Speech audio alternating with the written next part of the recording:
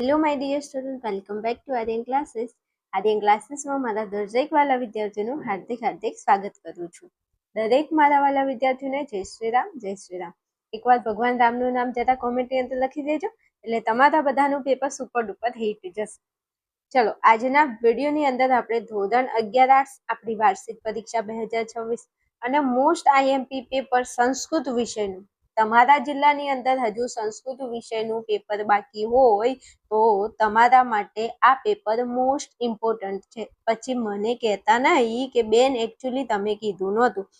જે વિદ્યાર્થીઓ મારી ચેનલને ફોલો કરે છે એ દરેક વિદ્યાર્થીઓને ખાસ જણાવવાનું, તમે સંસ્કૃતની તૈયારી કરો નો ડાઉટ, પણ આટલું પેપર જોઈ અને એકવાર વ્યવસ્થિત તૈયારી કરી લેવી. કારણ કે નમૂનાનું જે પેપર છે એ પેપરમાંથી બેઠું આ પેપર પૂછાય છે.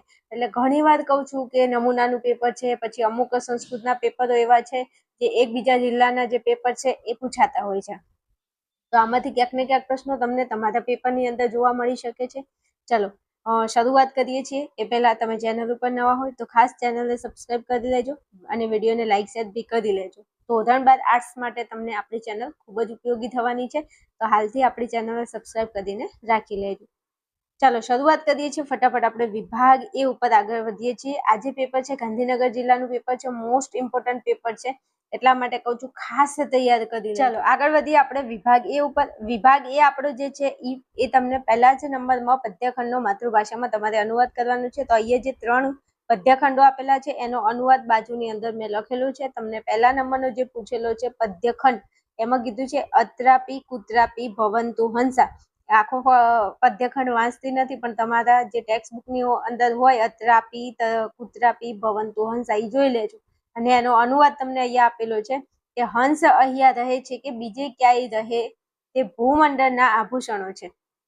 સરોવરમાં રહેતા હંસ સરોવરને છોડીને જતો રહે તો તેમાં નુકસાન તો સરોવરનું છે. સાચી વાત છે. આ પહેલો જે પદ્યખંડ છે એનો અનુવાદ છે. ચલો બીજા નંબરની અંદર તમને આપેલું છે કે સર્વ શાસ્ત્રાર્થ સંપન્નમ સર્વ શિલ્પ પ્રવર્તકમ. હવે આ જે ફકરો છે એનો અનુવાદ તમને બાજુમાં આપેલો છે, જરા હું તમને જણાવી દઉં.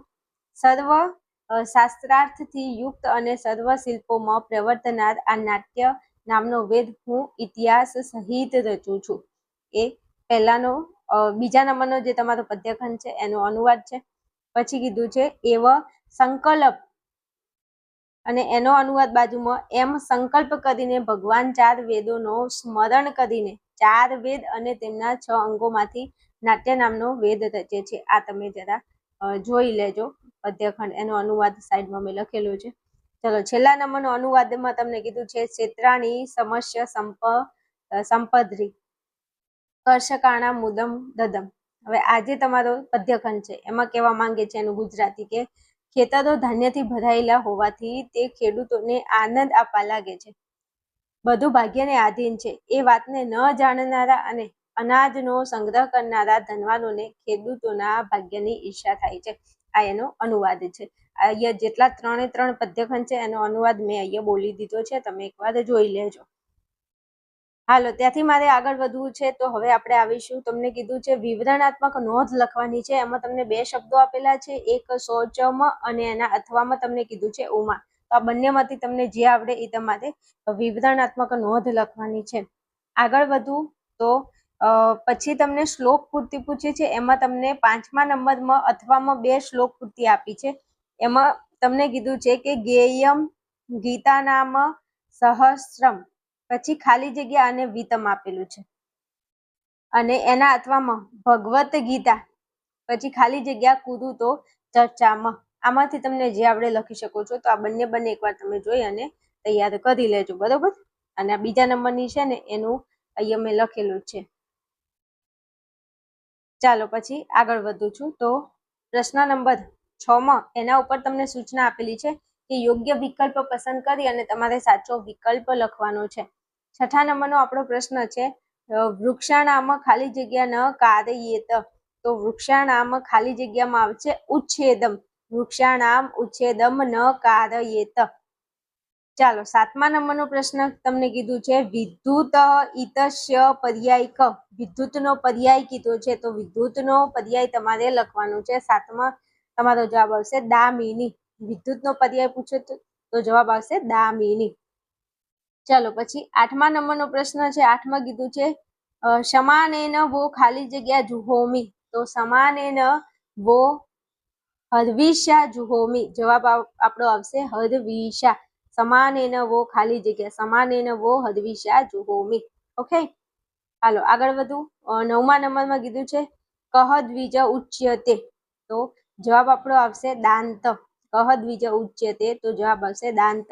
આ મોસ્ટ આઈએમપી પ્રશ્ન છે. આ તમને બેઠે બેઠો જોવા મળી શકે છે તમારા પેપરની અંદર. આ MCQ તૈયાર કરી લેજો. પછી એકચ્યુઅલી કહેતા નહીં કે બેન તમે કીધું નહોતું. ઓકે, હાલો આગળ વધુ. વિભાગ બી માં, વિભાગ બી ની અંદર પણ તમને સૌથી પહેલા ગદ્યખંડનો માતૃભાષામાં અનુવાદ કરવાનું કીધું છે. કોઈ પણ 2 અનુવાદ તમારે કરવાના છે. 3 આપેલા છે 10, 11, 12માં. એમાં 10મા નંબરમાં કીધું છે સાંપ્રતિકે સમાજે તું વ્યક્તિત્વશ નિર્માણાય જના. આ એક ફકરો આપેલો છે, એનો તમારે માતૃભાષામાં અનુવાદ કરવાનો છે. 11માં તમને કીધું છે સ્વયંભૂ વશ્ય મનોવંશે અંગ નામક રાજા અભવત. એનો આખો એક ફકરો આપેલો છે. અને છેલ્લો 12મા નંબરનો ફકરો છે કાલિદાસ સદ એવમ રજ્જુ સાધયિતુ. આ એક ફકરો કાલિદાસ વાળો આપેલો છે. તો આમાંથી કોઈ પણ 2 નો અનુવાદ તમારે કરવાનો છે. જરા તમે જોઈ લેજો. ચલો પછી આગળ વધીએ. તો વિવરણાત્મક નોંધ આપણને પૂછી છે. વિવરણાત્મક નોંધ એમાં 13મા નંબરમાં આત્મગત અથવા હોલક 2 વિવરણાત્મક નોંધ આપેલી છે. એમાં 13મા નંબરમાં આત્મગત એના અથવામાં હોલક. આમાંથી જે આપણે તમારે લખવાની છે. ચાલો ત્યાંથી આગળ જઈએ તો આપણને ખાલી જગ્યા આપેલી છે. ખાલી જગ્યા પૂરવાની છે. એમાં 14માં તમને કીધું છે કે ખાલી જગ્યા હિરણ્યકશિપો ભગિની. તો હિરણ્યકશ્યપુ ભગિની કોણ આવશે? હોલિકા. હોલિકા જે છે એ હિરણ્યકશ્યપુની બેન હતી. એવો પ્રશ્ન તમને અહીંયા પૂછ્યો છે કે હિરણ્યકશ્યપુની બેન કોણ હતી? તો હોલિકા. ભગિની, ભગિની એટલે થશે બેન. આ હોલિકાનું પહેલા નામ હતું સિંગિકા. શું નામ હતું? સિંગિકા. પછી જ્યારે એ પહેલાદને ખોળામાં લઈને બેઠી ને એના પછી એનું નામ હોલિકા પડ્યું હતું. ચાલો પછી 15મો પ્રશ્ન છે. એમાં ખાલી જગ્યા પ્રસિદ્ધતી ન સિદ્ધતી. તો એમાં આપણો જવાબ આવશે લોક. લોક પ્રસિદ્ધતી ન સિદ્ધતી. તો આ બધા પ્રશ્નો મોસ્ટ આઈએમપી છે. તૈયાર કરી લેજો, કોઈ પણ પૂછાઈ શકે. હાલો આગળ વધુ. તો યોગ્ય વિકલ્પ પસંદ કરી અને સાચો જવાબ શોધીને લખવાનો છે. એમાં 16મા નંબરમાં કીધું છે ક્ષીરાણામ કિમ ક્ષીરમ શ્રેષ્ઠમ વર્તતે. તો જવાબ આપણો આવશે ગોક્ષીરમ. ક્ષીરાણામ કિમ ક્ષીરમ શ્રેષ્ઠમ વર્તતે. તો ગોક્ષીરમ જવાબ આપણો આવશે. ચાલો આગળ વધવું છે. તો 17માં કીધું છે કશ્ય કુટિલતા પ્રાય સર્વત્ર વિરાજતે. તો 17માં આપણો જવાબ આવશે સી કિંતો. કશ્ય કુટિલતા પ્રાય સર્વત્ર વિરાજતે. જવાબ આવશે કિંતો. ચાલો પછી 18માં કીધું છે પુરા કાલે હનુમતા કિમ લિંધતમ. તો પુરા કાલે હનુમતા સમુદ્ર કિમ સમુદ્રમ લિંધતમ. જવાબ આવશે ઓપ્શન નંબર ડી સમુદ્ર. ચાલો 19મો પ્રશ્ન. એમાં કીધું છે વિદુષક આત્મન ક્રીદશ મન્યતૈ. તો 19માં જવાબ આવશે દર્શનીયમ. વિદુષક આત્મનમ કીદૃશ. તો દર્શનીયમ મન્યતે. ચાલો આગળ વધવું છે વિભાગ સી માં. હવે વિભાગ સી નો આ જે ફકરો છે ને એ તમારા માટે મોસ્ટ ઇમ્પોર્ટન્ટ છે મારા વાલા. પૂછાઈ શકે છે બેઠે બેઠો ફકરો. પછી તમે મને કહેતા નહીં એકચ્યુઅલી કે બેન તમે કીધું નહોતું. મોસ્ટ આઈએમપી ફકરો છે. એમાં તમને કીધું છે કે ગદ્યખંડ વાંચીને સંસ્કૃત પ્રશ્નોના જવાબ તમારે સંસ્કૃતમાં જ આપવાના છે. ફકરો સંસ્કૃતમાં, પ્રશ્નો સંસ્કૃતમાં, જવાબે તમારે સંસ્કૃતમાં દેવાના છે.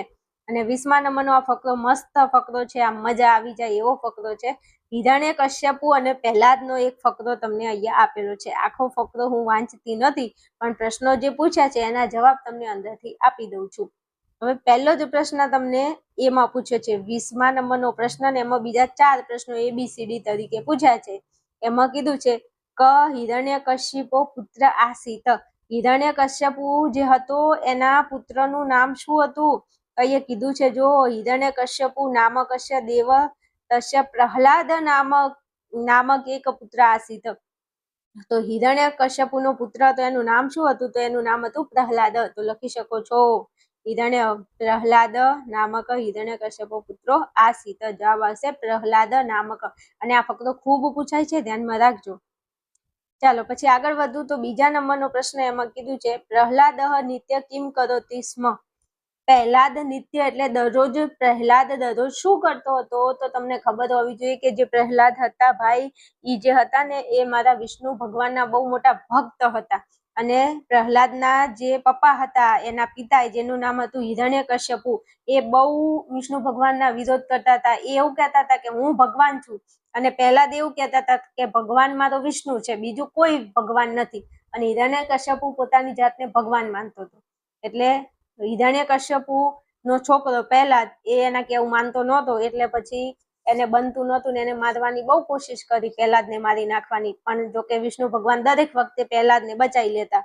આ બધું તમને કદાચ ખબર હોવી જોઈએ. ભગવાન વિષ્ણુનો જે નરસિંહ અવતાર છે ને, તે નરસિંહ અવતાર કેમ ધારણ કર્યો હતો? પ્રહલાદને બચાવવા માટે ધારણ કર્યો હતો. આ બધું તમે જો વિષ્ણુ પુરાણ જોયું હોય, તમે બધી જે કહેવાય ને કે પુરાણો વાંચ્યા હોય ને, તો તમને ખબર પડે.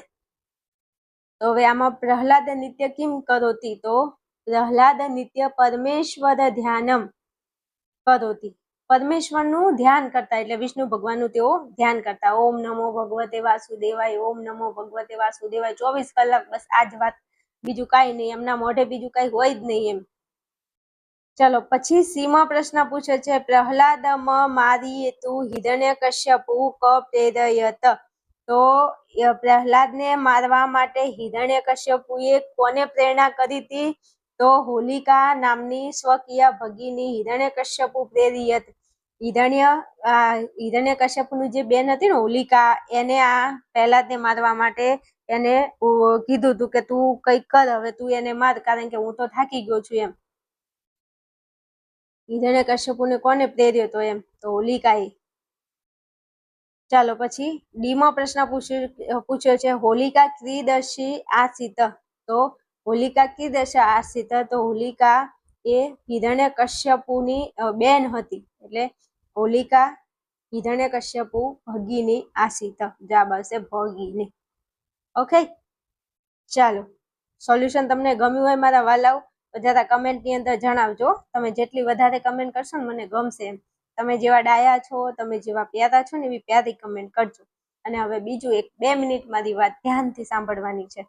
તમે હાલ ધોરણ 11માં અભ્યાસ કરો છો, સંસ્કૃત વિષયમાં તકલીફ છે, ઇંગ્લિશ વિષયમાં તકલીફ છે, તત્વજ્ઞાનમાં તકલીફ છે, ભૂગોળ વિષયમાં તકલીફ છે, સમાજમાં તકલીફ છે, કે ચાહે ધોરણ 12 આર્ટ્સના કોઈ પણ વિષયમાં તમને તકલીફ પડે છે, અને હવે તમે એવું વિચારો છો કે 11માં તો વાંધો નહીં, જેમ તેમ કરી અને આપણે પાસ થઈ જઈશું, પણ હવે ધોરણ 12 આર્ટ્સની અંદર આપણું બોર્ડ આવે છે. તો બોર્ડની એક્ઝામની અંદર આપણે બોર્ડની અંદર સારા માર્ક લાવવા માટે, રિઝલ્ટ આપણું ટોપ લાવવા માટે કંઈક તો આપણે એવું કરીશું જેનાથી આપણું રિઝલ્ટ બેસ્ટ આવે, જેનાથી આપણા મમ્મી પપ્પા આપણાથી ખુશ થાય. તમારે જો ધોરણ 12 આર્ટ્સની અંદર સારી ટકાવારી, સારા માર્ક અને તમારું રિઝલ્ટ ટોપ મોસ્ટ લાવવું છે, તો તમારા માટે એવો જ એક કોર્સ અહીંયા આપણા એપ્લિકેશનમાં અવેલેબલ છે. તમારે ઘરે બેઠા જ તે મોબાઈલની અંદર જ, કોઈ ઓફલાઈન ક્લાસમાં નથી જવું, કોઈ ટ્યુશન ક્લાસીસમાં તમારે નથી જવું, તો ઘરે બેઠા તમે ધોરણ 12 આર્ટ્સના દરેક વિષય તમારા મોબાઈલની અંદર ભણી શકો છો. એના માટે તમારે શું કરવાનું છે? પ્લે સ્ટોરમાં જવાનું છે, આર્યન ક્લાસીસ એપ્લિકેશનને ડાઉનલોડ કરવાની છે. આપણા એપ્લિકેશનની અંદર એક બેચ અવેલેબલ છે. હાલ બેચ ચાલુ થઈ ગઈ છે, એડમિશન ચાલુ થઈ ગયા છે. ગુજરાતના ઘણા વિદ્યાર્થીઓએ હાલથી એડમિશન લઈ લીધું છે, જે હજુ ધોરણ 11ની એક્ઝામ આપી રહ્યા છે, છતાં ધોરણ 12 આર્ટ્સનો કોર્સ એમને હાલથી ખરીદી લીધો છે, કારણ કે હાલ ઓફર ચાલુ છે. તમને પણ જણાવી દઉં, તમારે જો ધોરણ 12 આર્ટ્સની અંદર સારી તૈયારી કરવી છે, તો તમે આપણા આર્યન ક્લાસીસ એપ્લિકેશનની અંદર ધોરણ 12 આર્ટ્સનો કોર્સ છે, 8 વિષયનો ટોટલ કોર્સ છે. આ કોર્સની અંદર જોઈન તમે હાલ થઈ શકો છો, કારણ કે હાલ લિમિટેડ ઓફર છે, અને આ ઓફરની અંદર જોઈન થઈ ઓફરનો લાભ લઈ અને તમે આપણા એપ્લિકેશનની અંદર ધોરણ 12 આર્ટ્સનો કોર્સ ખરીદી શકો છો. આપણો કોર્સ 2 રીતે અવેલેબલ છે. જો તમારે 8 વિષય એક સાથે ખરીદવા છે, તો 8 વિષયની ફીસ માત્ર ને માત્ર 3,999 છે. 1 વર્ષની વેલિડિટી છે. પણ કોઈ વિદ્યાર્થી એવું છે કે બેન મારે ખાલી સંસ્કૃતની જ જરૂર છે, મારે ખાલી ઇંગ્લિશ જ જોઈએ છે, તો એના માટે પણ સબ્જેક્ટ વાઇઝ આપણો કોર્સ અવેલેબલ છે. તમારે જે રીતે તમને સેટ થાય, તમારી જરૂરિયાતને ધ્યાનમાં રાખી અને તમે મારો કોર્સ પરચેસ કરી અને ભણી શકો છો. રિઝલ્ટની તમને 100% ગેરંટી હું આપું છું. એકવાર મારી જોડે ભણજો, તમને ખ્યાલ આવી જશે. એના માટે ડેમો વિડીયો અવેલેબલ છે આપણી ચેનલમાં જાઓ, ડેમો વિડીયો જુઓ, તમને પસંદ આવે, મારી મેથડ તમને સેટ થાય, પછી તમે કોર્સની અંદર જોઈન થજો. અને તમારે જો મારું રિઝલ્ટ જોવું હોય તો આપણા શોર્ટ વિડીયોની અંદર તમે જઈ શકો છો. શોર્ટ વિડીયોમાં વિદ્યાર્થીઓના બેનર અપલોડ કરેલા છે. બીજું ખાસ જણાવી દઉં કે તમે કમ્યુનિટી પોસ્ટની અંદર જઈ શકો છો. પોસ્ટમાં તમે જોઈ શકો છો વિદ્યાર્થીઓ જે મારી જોડે ભણે છે ને એમને મારી મેથડ કેટલી સેટ થાય છે. અને બીજો કે આપણો પેપર સેટ પણ આપણે દર વર્ષે લોન્ચ કરીએ છીએ, તો આપણા પેપર સેટમાંથી પણ બેઠે બેઠા પેપર પૂછાય છે બોર્ડના. તો તમને ઓલ ઓવર આખા ગુજરાતની અંદર નંબર 1 કોર્સની અંદર જોઈન થવાની હાલ ઓફર મળી રહી છે, તો તમે જોઈન થઈ શકો છો. વધારે કઈ માહિતી જોઈએ છે તો અહીંયા તમને મેં નંબર આપેલો છે, આ નંબર ઉપર તમે મને ફોન મેસેજ કરી અને વધારે માહિતી મેળવી શકો છો. આ સાથે વોટ્સએપ ચેનલ અને ટેલિગ્રામ ચેનલની લિંક આપેલી છે ડિસ્ક્રિપ્શનમાં, ત્યાં જઈ અને તમે જોઈન થઈ જજો. ચાલો આગળ વધીએ આપણે આપણા ટોપિકની અંદર. ચલો, તમને કીધું છે સમીક્ષાત્મક નોંધ તમારે દેવાની છે. પ્રશ્ન નંબર આપણો 21 છે. એમાં સમીક્ષાત્મક નોંધ તમને અહીંયા 3 પૂછી છે, એમાંથી કોઈ પણ 2 તમારે લખવાની છે. 21માં કીધું છે મદન દહનનો પ્રસંગ, 22માં હનુમાનના પાત્રની વિશેષતાઓ, અને 23માં કીધું છે વૃક્ષનો મહિમા. આ 3માંથી તમને મજા આવે લખી શકો છો, એટલે તૈયાર કરી લેજો, આઈએમપી છે. ચાલો ત્યાંથી આગળ વધીએ. તો નીચે આપેલા સહસંદર્ભ સમજાવવાના છે. એમાં તમને 2 સંદર્ભ પૂછ્યા છે, કોઈ પણ એક તમારે લખવાનું છે. 24માં કીધું છે સર્વા આશા મમ મિત્રમ ભવંતુ, બધી દિશાઓ મારી મિત્ર થાવ, એવું કે છે સંદર્ભ. 25માં નંબરમાં સંદર્ભ આપ્યો છે, એમાં કીધું છે તમને પ્રકૃતિ સિદ્ધ મિદમ હિ મહાત્મ નામ, મહાત્માઓને ખરેખર આ પ્રકૃતિ સિદ્ધ હોય છે. આ 2માંથી જે આવડે એ લખવાનું છે, એટલે તમે 2 તૈયાર કરી લેજો. ચાલો પછી આગળ વધું છું. તો કીધું છે કે નીચેના વાક્ય કોણ બોલે છે તે શોધીને લખવાનું છે. 26મો પ્રશ્ન છે શ્રોત્યવ્યયમ ઇદાની સંવૃતમ, તો આ વાક્ય કોણ બોલે છે? તો રાજા બોલે છે. કોણ બોલે છે? રાજા બોલે છે. ચાલો 27માં કીધું છે અહો દાષ્ટય વાનરસ્ય, આ વાક્ય કોણ બોલે છે? ભીમસેન બોલે છે. કોણ? ભીમસેન બોલે છે. ઓકે, ચાલો ત્યાંથી આપણે આગળ વધીએ. તો આપણો વિભાગ ડી ની શરૂઆત થાય છે. વિભાગ ડી માં આપણને સંસ્કૃત, તમને એક ફકરો આપેલો છે. આ ફકરો સંસ્કૃત ભાષામાં આપેલો છે અને એના જવાબ પણ તમારે સંસ્કૃતમાં આપવાના છે. ફકરો મોસ્ટ આઈએમપી છે, તમને પૂછાઈ શકે છે. 100% મારા વાલા તૈયાર કરી લેજો, પછી કહેતા નહીં કે બેન તમે કીધું નહોતું.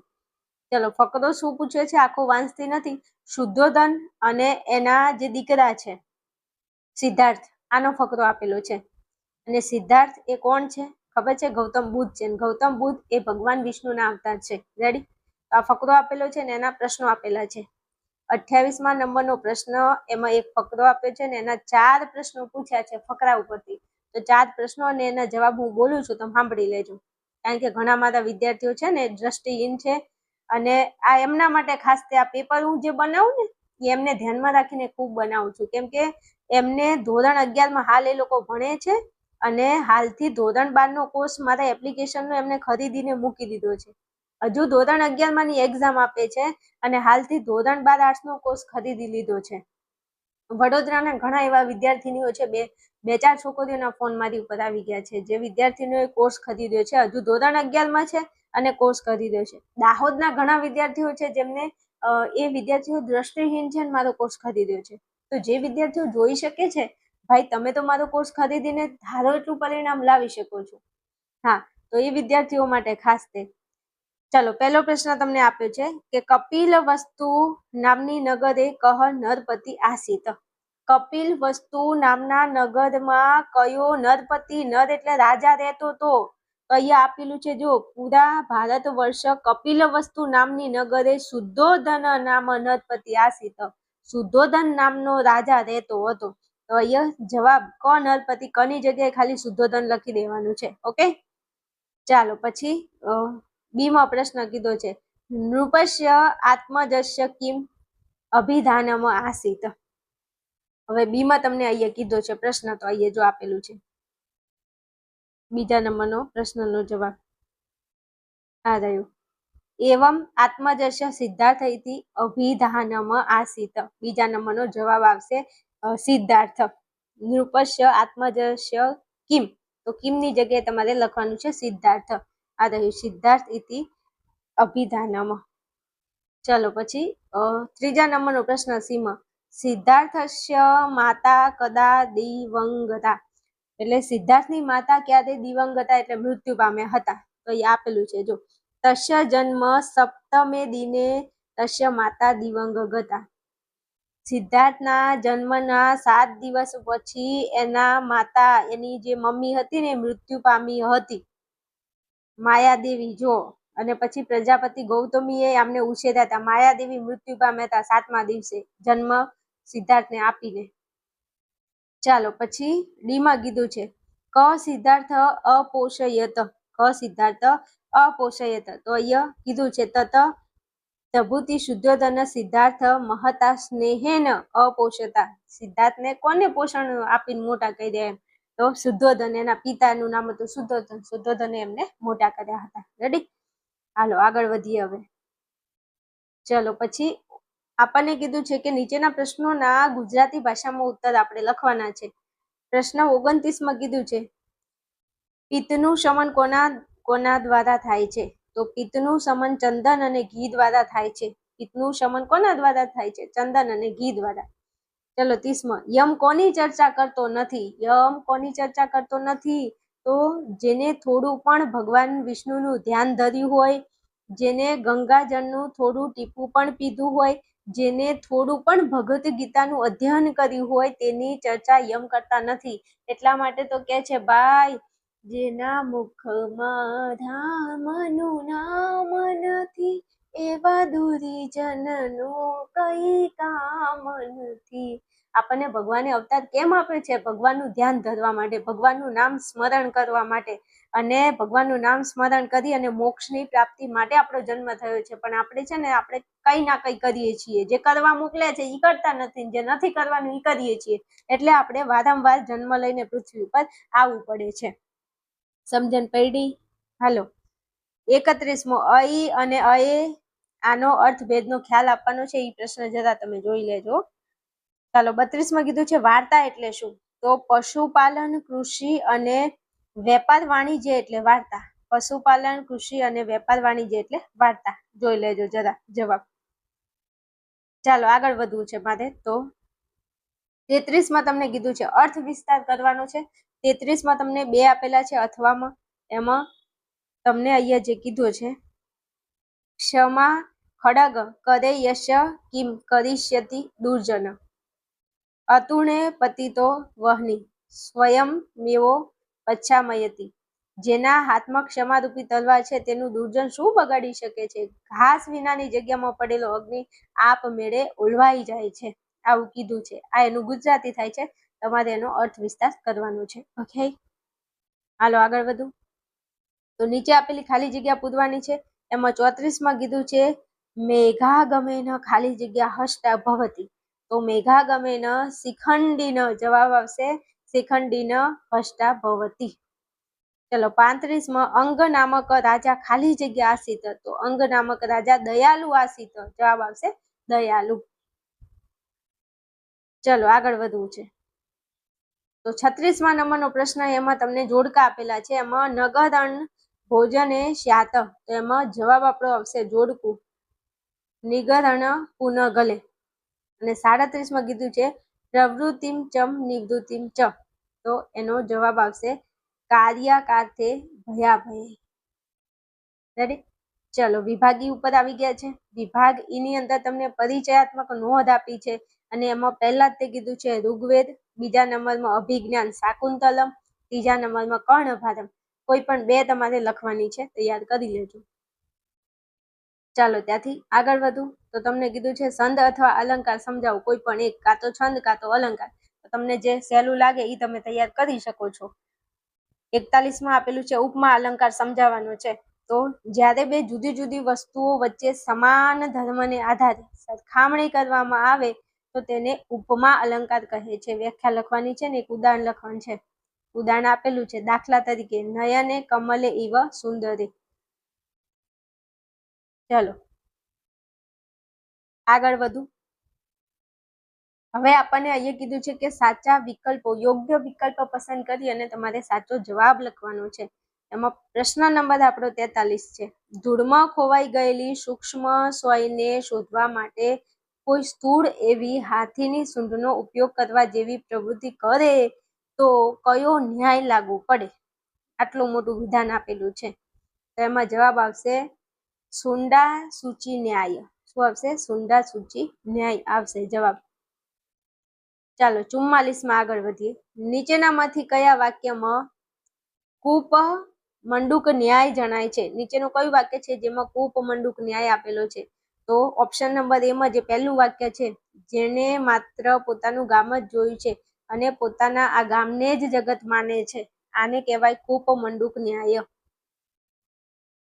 ચલો પછી 45મો પ્રશ્ન. યજન કરવા માટેના મંત્રનો સમૂહ કયા વેદમાં છે? યજ્ઞ કરવા માટેના મંત્રોનો સમૂહ કયા વેદમાં છે? તો જવાબ આવશે યજુર્વેદમાં છે. શેમાં છે? યજુર્વેદમાં છે.